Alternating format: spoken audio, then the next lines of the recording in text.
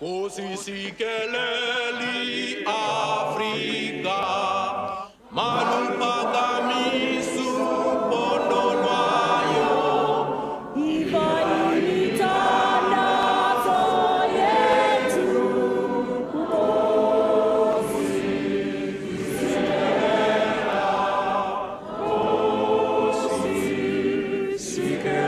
Do you understand the words? Yeah, it's God bless Africa, raise up her name. Hear our prayers and bless us.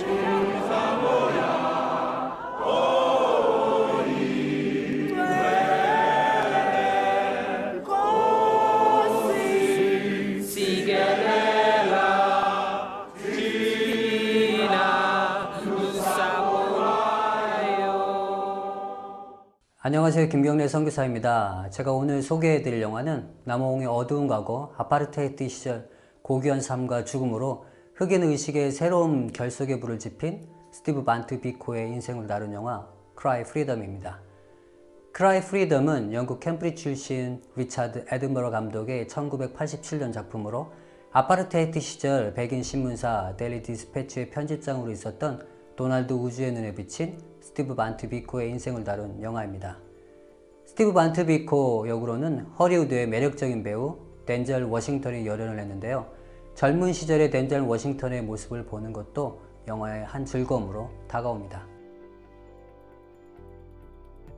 이 영화는 스티브 비코와 도널드 우즈의 만남 이후 도널드 우즈가 스티브 비코의 사상과 철학을 이해하는 과정, 그리고 비코의 죽음 이후 진실을 알리기 위해 아파르테이트 정권을 피해 망명을 가는 도널드 우즈의 가족의 이야기를 담은 역사 드라마입니다.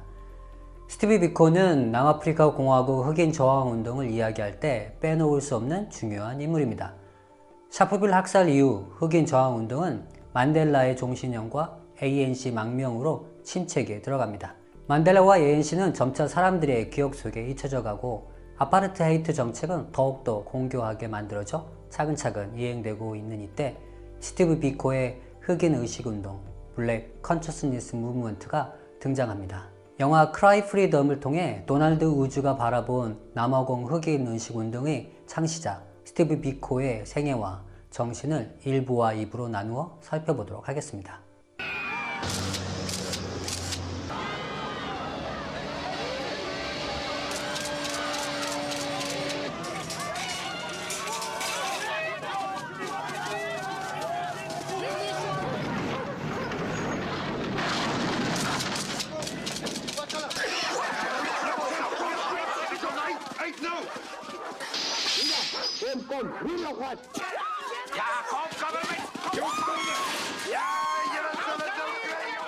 이 영화의 첫 시작은 평화로운 흑인 타운십에 백인 경찰들이 갑자기 들이닥쳐 마구 사람들을 폭행하고 잡아가는 장면으로 시작합니다. 마을 사람들은 영문도 모른 채 도망쳐 보지만 이미 화생방 가스에 노출되어 속수무책으로 백인 경찰들의 매질에 처참히 쓰러지고 맙니다. 이 장면을 제대로 이해하려면 아파르테이트 정책의 핵심을 이해해야 합니다.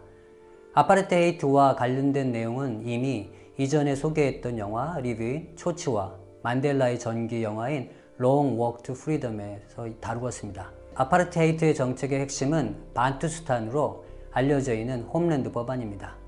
반투스탄은 반투족 사람이라는 의미와 스탄, 페르시아어로 땅을 의미하는 두 단어가 합쳐진 합성어입니다. 반투족의 땅이라는 의미입니다. 홈랜드 법안은 흑인들을 대도시에서 몰아내어 시골로 보내는 데 목표를 가지고 있었습니다. 흑인을 도시에서 시골로 몰아내는데 두 가지 이유가 있었습니다. 첫 번째는 경제적 이득 독점이고, 두 번째는 흑인들을 부족별 분리를 통해 소수의 백인이 인구 비율의 우위를 가지기 위해서입니다. 이에 홈랜드 법안을 긴 시간을 가지고 차근차근 법적 제도를 마련하며 준비되었습니다. 1951년 반투자치법을 만들어 흑인들만의 분리된 정부를 만들도록 했습니다. 불모지 땅의 흑인들을 집단 거주시키고 남아공 국민으로서의 권리와 혜택을 안전히 박탈하기 위한 법적 근거를 마련하기 위해서입니다. 같은 해에 제정된 불법 거주금지법은 흑인 타운십을 합법적으로 철거하기 위한 법안입니다. 1954년 제정된 반투도시 지구법은 흑인들이 대도시로 이주하는 것을 통제하기 위한 것이고 1958년 흑인 자치정부 촉진법을 통해서 홈랜드를 남아공에서 분리된 독립국가로 만듭니다. 이런 법안들이 만들어졌지만 실제로 독립된 홈랜드는 1970년까지 존재하지 않았습니다. 1970년 홈랜드 시민권법이 제정되면서 홈랜드에 거주하는 흑인들을 외국인으로 간주하여 남아공과 홈랜드가 국가 간의 관계로 서도록 했습니다. 원래 계획은 10개의 홈랜드 국가로 독립하는 것이었지만 4개의 홈랜드 국가만 독립하고 아파르테이트가 1994년 종식됩니다. 1976년 10월 26일 트랜스카이가 독립을 선언하고 1977년 12월 6일 쯔와나족인 보프사 쯔와나가 독립을 선언합니다. 1979년 9월 13일 벤다족의 벤다가 독립을 선언하고 1981년 12월 4일 시스카이가 독립을 선언합니다. 1967년 정부 문건에는 현재 유럽인 지역에 거주하는 비생산적인 반투족을 흑인 자치구역에 정착시키기 위해 백방으로 손을 쓰고 있다고 적혀 있습니다. 여기서 비생산적인 단어는 노인, 병자, 과부, 어린아이가 딸린 여성을 지칭합니다. 어느 정부 강요는 백인 지역에 거주하는 흑인 600만 명 가운데 400만 명은 흑인 자치구역으로 추방되어야 마땅한 과잉 부속물이라고 말합니다. 비생산적, 과잉 부속물이라는 단어를 통해 당시 백인 정부가 흑인들을 인격이 아닌 비인격체로 취급했음을 짐작해 볼 수 있습니다. 다시 영화 속 이야기로 돌아가 보도록 하겠습니다.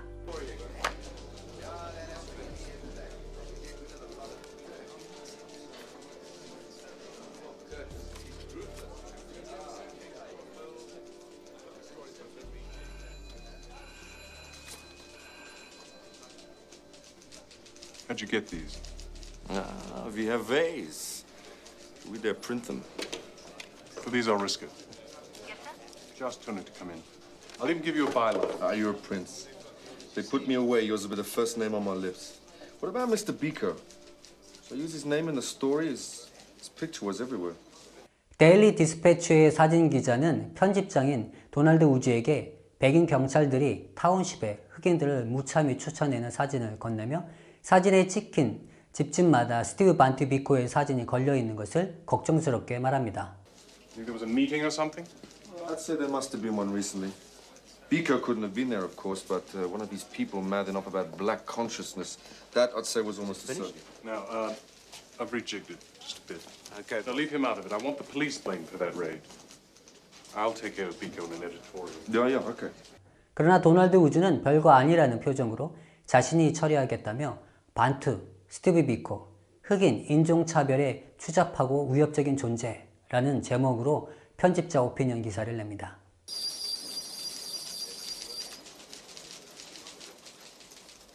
I would like to know who's responsible for this. May I ask you? Dr. Rampeli.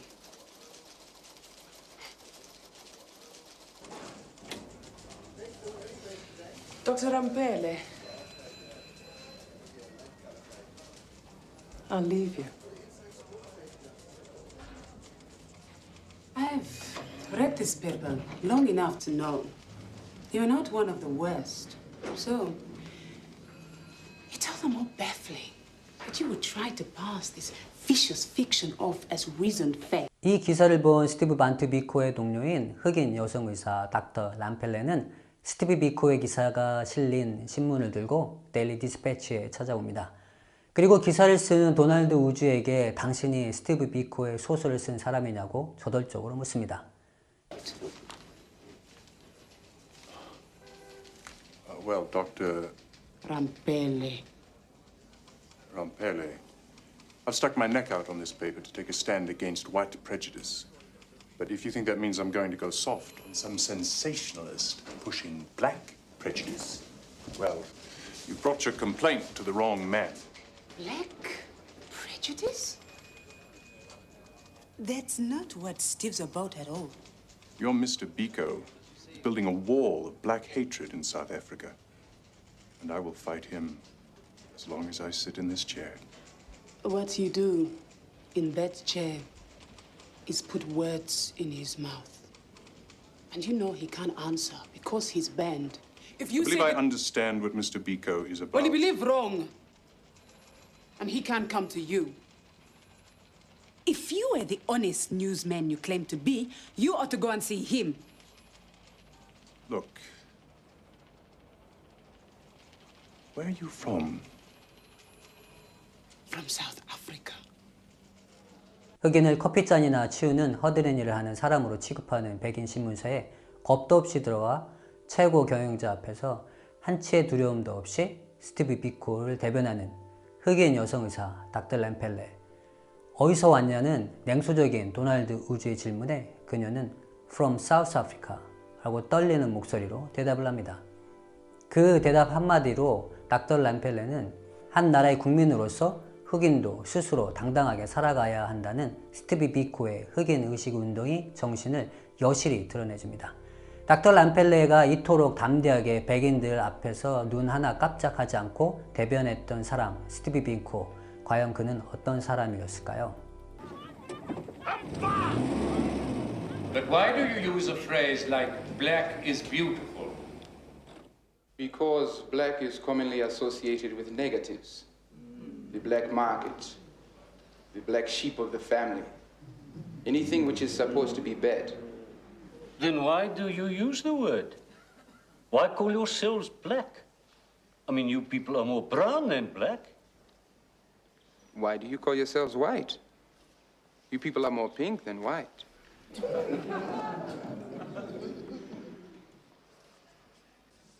Precisely.